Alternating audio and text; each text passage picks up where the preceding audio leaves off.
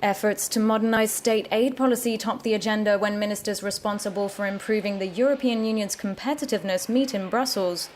In public deliberations, the ministers are expected to reach a political agreement on the upgrade, as the EU seeks to focus on the most efficient and fairest state aid. Airports and airlines have routinely been involved in state aid cases amid concerns about unfair competition. The idea is to ensure that state funding helps address real market failures, promotes a competitive single market, and provides the best outcome for the lowest price, particularly in times of recession.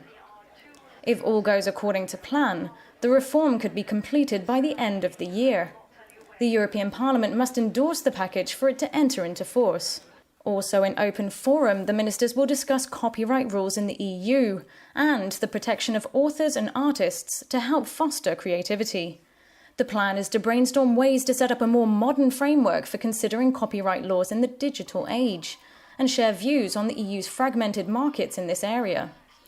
The issue of private copying and imposing levies in the EU has been tough to resolve. Copyright levies vary widely from country to country. They can become a lucrative source of income for rights holders, but can also create obstacles to the free movement of goods and services. Europe's future research programme Horizon 2020 is also on the agenda. The ministers will assess progress made in negotiations with the European Parliament. Using their inputs, the Irish presidency hopes to reach an early agreement on the 7-year programme.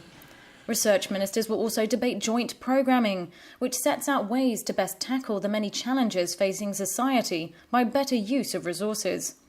10 such programmes have been launched since 2009 on challenges like brain disorders, climate change and urban development.